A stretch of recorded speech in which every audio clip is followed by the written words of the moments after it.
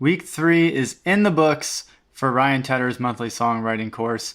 And I have to say that as I keep going through, I swear that every week it becomes a little bit more time consuming as I go through. And maybe that's on purpose because we're incorporating more higher end production.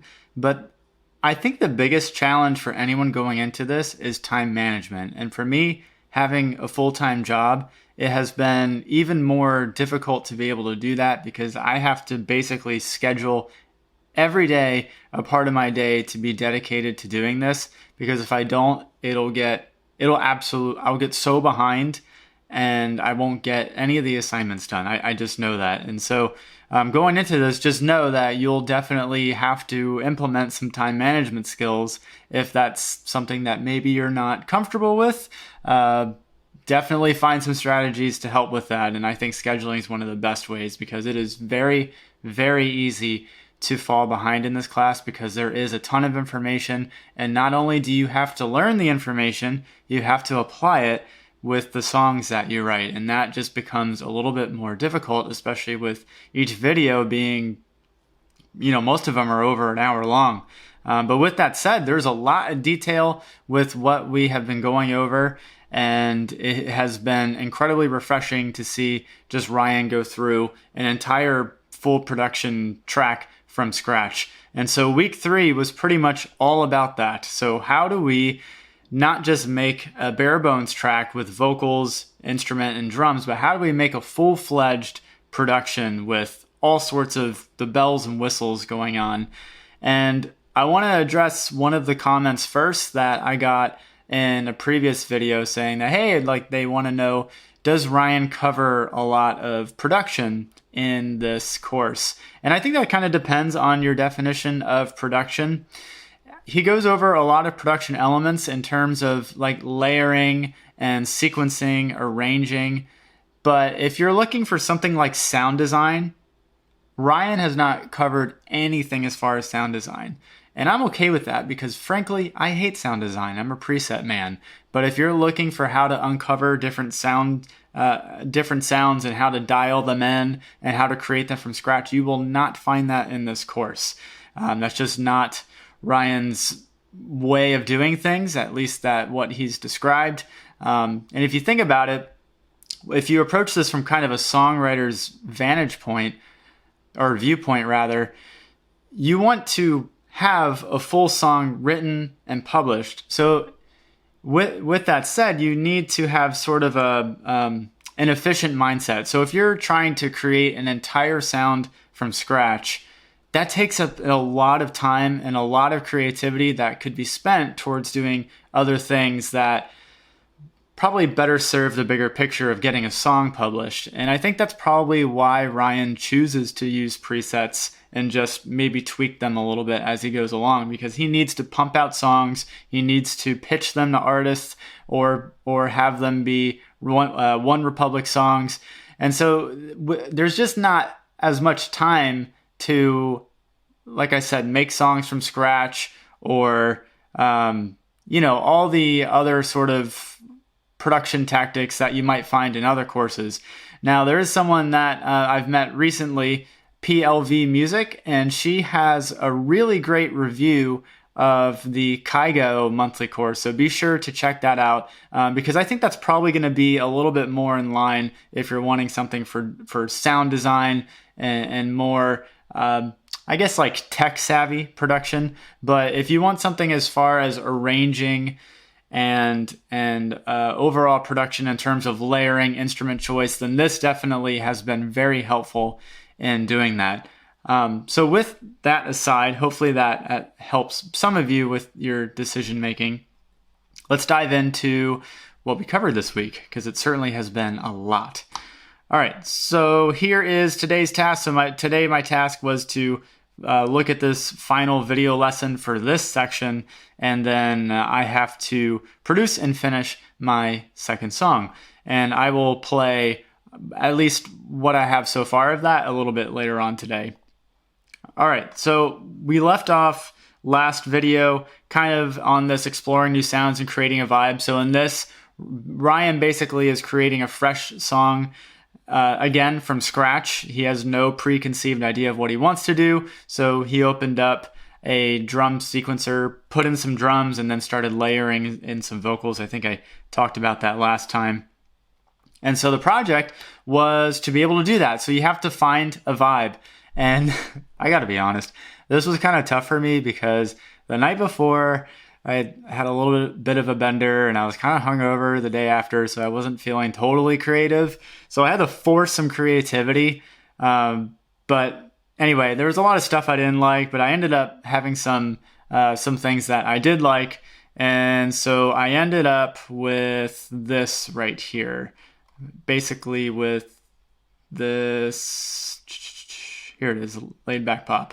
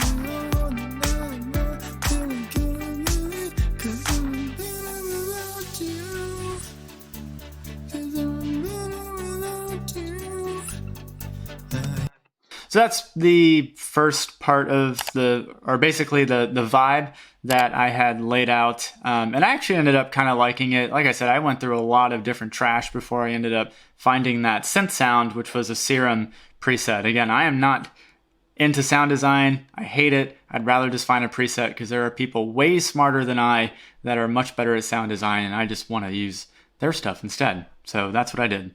And so bridging from that, so once we did that, then we did peer feedback. So I had 3 people that I had to review, and so it's really cool because with this, you never know what people are going to come up with. And some of these songs are just really, really unique. And the peer group that I'm in are full of actually really talented people.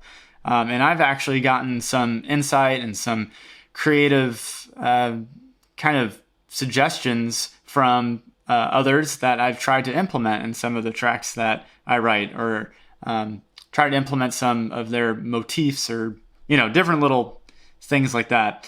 So once we did that, then it was time to look at the writing and arranging. So in this video, Ryan covers, how do you arrange a fully produced song? Because he basically had a drum track, some vocals, and then he had to expand upon that and make it more polished. And so he has this really unique drop chorus that honestly, I wasn't sure it was going to be that good. But when he started adding some layers to it, some vocal layers, it really just came alive, and it has a real dark vibe to it. Because he's basically using this, his only preconceived idea is he wanted something that he could pitch to like Halsey or Selena Gomez, and that was it. That was his only inspiration, and then he went off from there. And so I'm trying to remember some of the stuff that he did. So yeah, lots of vocal layering. The claps, my goodness. So he does a lot of drum layering, and he does even more of that in future sessions. He tracks a little bit of keyboard and Moog synthesizer, and yeah, just kind of like laying out the foundation for what the song should be.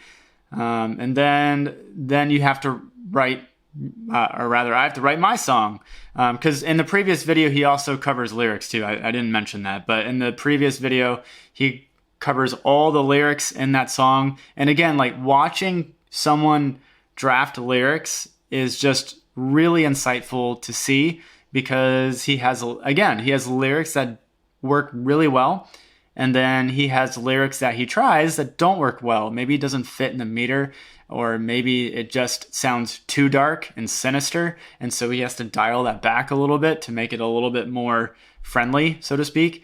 And just seeing him do that and tell you why different lyric choices don't sit well with him is incredibly rewarding to see, because he doesn't necessarily have a strict framework for how he does vocals. He tries to basically synthesize something out of some gibberish that he sings, and seeing him carve something really unique and meaningful out of that gibberish is just very, it's just helpful to see. I feel like I should be using other words other than helpful. That's my limited vocabulary, I guess. All right, so then we submitted our song. So we submitted the song and we did peer feedback. So again, people gave me feedback on my song, and then I gave feedback for other people's song as well. And so with this, you had to construct the entire arrangement. You had to have pretty much most of your instruments in place, and you had to have your lyrics totally done at this point.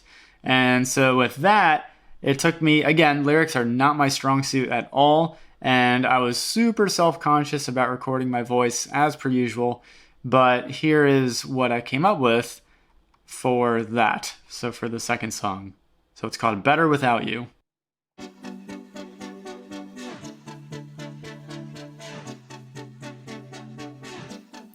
You gave me hope and praise, even when my thoughts were in vain. You showed me who I could be, shining like a light out at sea. What kind of fool do you take me for? You spun a web of lies to keep me yours. Down out the door, yeah, I don't know where, but I don't care. You had me so damn hypnotized. You promised connection, but it's no surprise. The longer I spent with you by my side, the less that I felt you truly alive. Yeah, I'm better without you. Yeah, I'm better without you.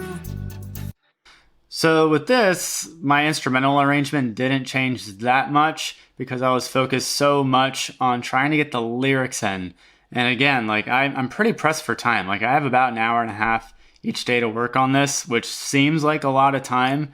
But for someone like me who just isn't real adept at writing lyrics, it's not a lot of time, especially to come up with a melody to boot and to make the lyrics fit within the meter of that melody. It's just very challenging to do.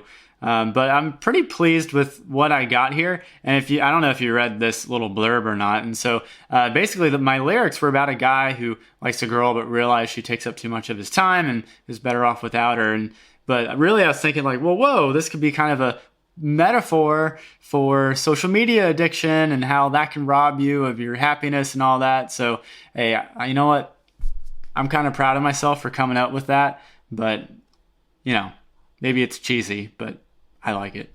All right, so we submitted that, and after we got done submitting and did our feedback, then we got into a lot of videos. So we have first full production pass, the final drum production, and an instrument production and polish. So if you add all this up, you're getting close to about 3 hours of video. Holy crap, that's a lot. And that's pretty much what I've been doing the past day or two. So first full production pass. So in this, Ryan always advocates having a fresh set of ears so that you can listen to your track and figure out, is something that you added garbage or is it good to keep in there? And so he listens and he figures out different things to add to it. He, again, kind of builds out the drums a little bit and adds different fills and things that make his song just sound a little more cohesive and a little bit more organized. Ryan uses Splice for a lot of his drums, or he also has a lot of samples just built up from, the decades that he's been making music. So he kind of has a combination of both. And so he shows you, he imports a lot of different samples and he doesn't use them all, but he has just a big library in his session so that he can just sort of trial and error, toss which ones don't work. And so a lot of the videos kind of doing a lot of that sort of experimentation, as well as adding some layering instrument. Like in this, he added a guitar to try to add just a little bit more background. I don't know what I'm trying to say. Just more bells and whistles to the song to make it sound more full. That's it. Full is the word I was looking for. Okay, and then that's pretty much that. Then he goes into the final drum production. Ryan goes pretty nuts here. He does way more than I thought he was going to. So basically, he layers a lot of different drums. He layers a ton of different snares, pans them different ways, mixes them a little bit differently in terms of reverb. He incorporated an entire breakbeat behind drums that he already had. He talks about how you can add different sound effects to the snare at different parts of the song to just add a little bit of a buildup. And so it's all stuff that is fairly easy to implement, which I like. Again, going back to sound design, it's all super complicated to do that kind of shit. And so really, he talks about ways that, just importing samples. That's easy to do. So find something that sounds good and see if it sounds good layered on something that you already have. It sounds simple, but for whatever reason, I just never, in the past, have never really done a whole lot of that. So he goes through a lot of that of trial and error and really building out the drums and hats and all that to make it sound fully fledged. Okay, and then final instrument and polish. Again, he kind of takes a day's break and goes through and finalizes guitars. He finalizes vocals. He listens to the lyrics to figure out, okay, this line I thought I liked in the beginning, but it turned out to not be that great. So he did that. He adds a sick amount of harmony to to his vocals, which was really insightful for me because aside from not writing lyrics and vocals, writing harmonies was even more elusive to me. So seeing how he did that was very helpful. Blah blah blah, and I think and then he wanted a legendary Phil Collins tom fill, which definitely added some cool points there. Then so now we're coming up on projects. So this is basically what we have to do in the next couple days. So in 2 days, I have to finalize my second song.